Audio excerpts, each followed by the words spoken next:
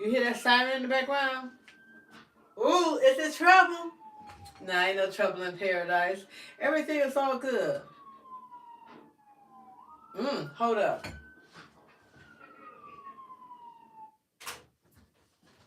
So everything is all good and right in my world. I just, popped on here. See how my great brightening treatment, it brightened it up a little bit. It's okay. It's a floppy fro, but I'm trying to do something. I'm trying to see what I'm trying to do with it for the weekend because I got an event to go to, and I don't know what I'm gonna do with this mop. So anyway, um, everything is good and right in my world. Um, when I hadn't been talking to you, I was going through some. You know what I be going through. I be sharing it with you all the time. I be going through some meditative moments where, oh, and then I was on my phone, right?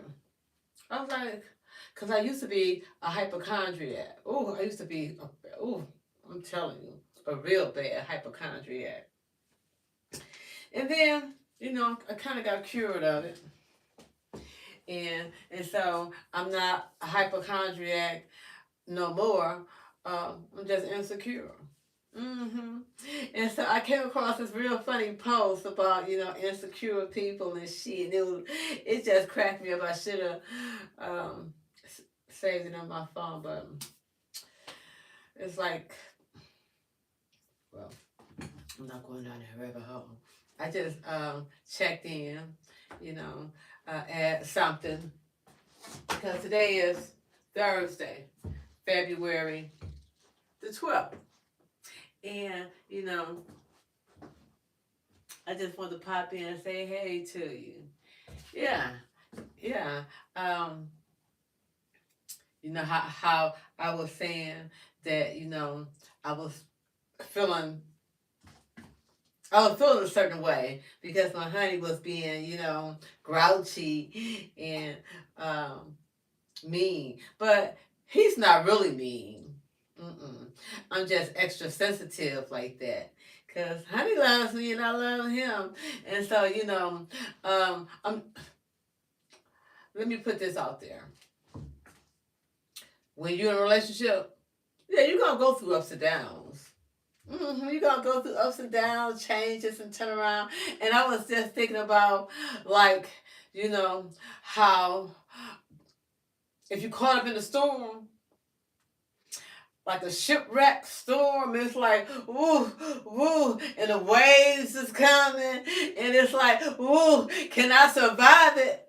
Marriage is like that. Marriage is like, ooh, being caught up in a storm.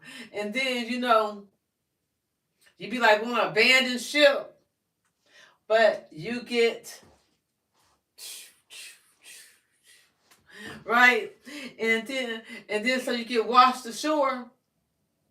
You both get washed ashore, and then yeah, you live to see another day, and then because it be feeling like, oh, we at the moment, we at the point of no return, but it's always you can always turn around and you know strive for better. Yeah, so me and Butler, we were caught up in a, you know,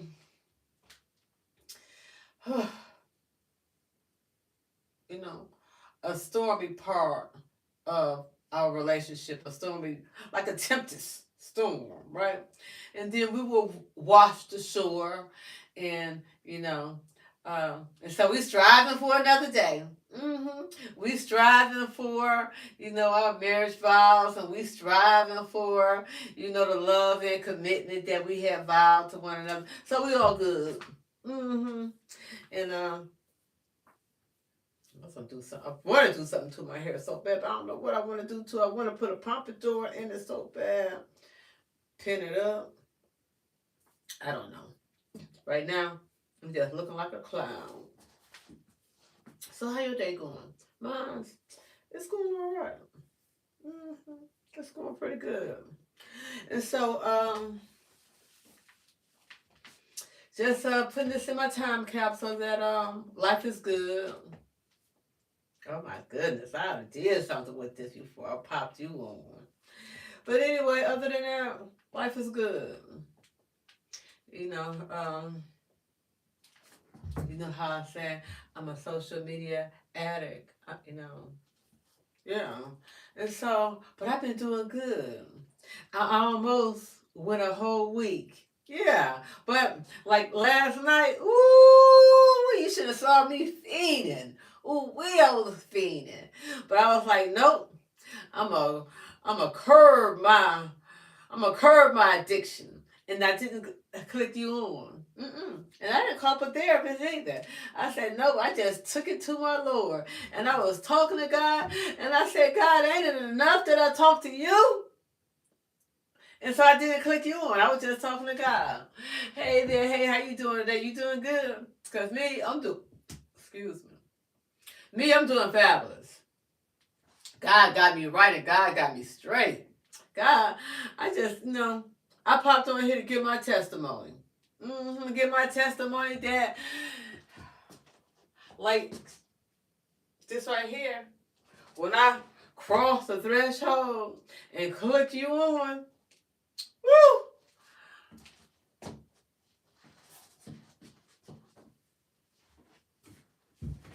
right? Everything is good in my world. Yeah, God got me good like that. And I was just, popping on and say hey to you. I didn't want much. Mm-mm. You know how I be. I don't be want much other than, um, just to let my frenemies know I'm still here. Because God got me and God got me good. I made God's wake up list, and so did you. And so I am thankful and I am appreciative, and I'm just holding on. Yeah. And I wanted to say this, add this to my little time capsule. What you saying? Hey there. Um, that like I said, I used to be a real bad hypochondriac. And now I read about this little, they got to, let me find it.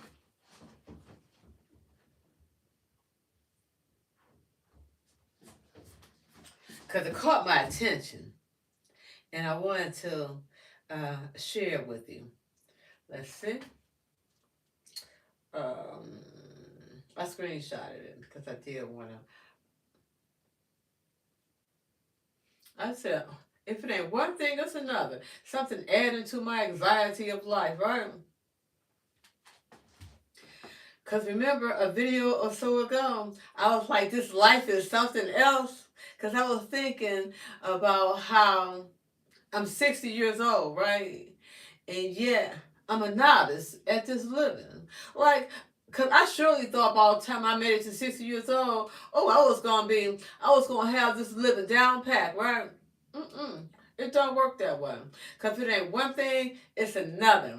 And so you don't never get to, because I be hearing young folks like in their 20s and their 30s be having a hard time and crying about, oh, life is so hard. I was like, girl, you ain't but 25. You ain't but 30 and you crying now. Look, you better drop them tears because life don't do nothing but get a little bit harder. Yeah, you better tie a knot at the end of that rope and hold on. And then to add to my dismay, I came across this emotional sobriety. I was like, wait a minute. I was just talking about, how hard this living is. I might take up alcoholism. Like, I need, yeah, I was saying that. I was like, I need me a drink. Yeah, I can't be smoking. I was like, but I need me a glass of wine, a tequila sunrise, or, a gimlet, a screwdriver, something with some alcohol in it, right?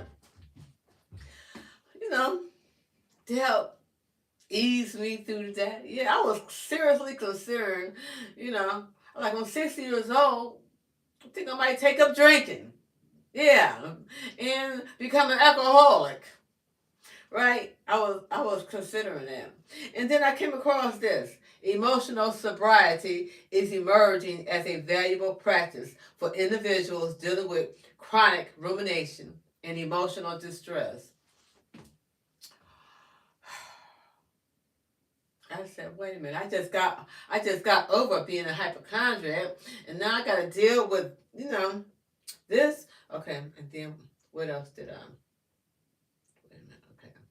What's this one say? Okay. It's like, and then it goes on to say, like substance abuse, it encourages individuals to sit with uncomfortable emotions and find healthy distractions to process them. I said, ain't it enough, Father Jehovah? Because I don't want to call a therapist. I click you on. I said, ain't it enough that I talk to you, my Lord? And, and then every now and then I talk to you. And now they saying this. It just blew my mind. Yeah, I just wanted to share that with you. Because I do. Wait a minute. It's another part. And the kicker is this. As emotional sobriety gains traction, it may become more widely recognized. It may become a more widely recognized component of mental health care. I said it got a term for everything, don't they? Emotional sobriety. I think I'm gonna take up drinking. Yeah, I think I'm gonna take up drinking.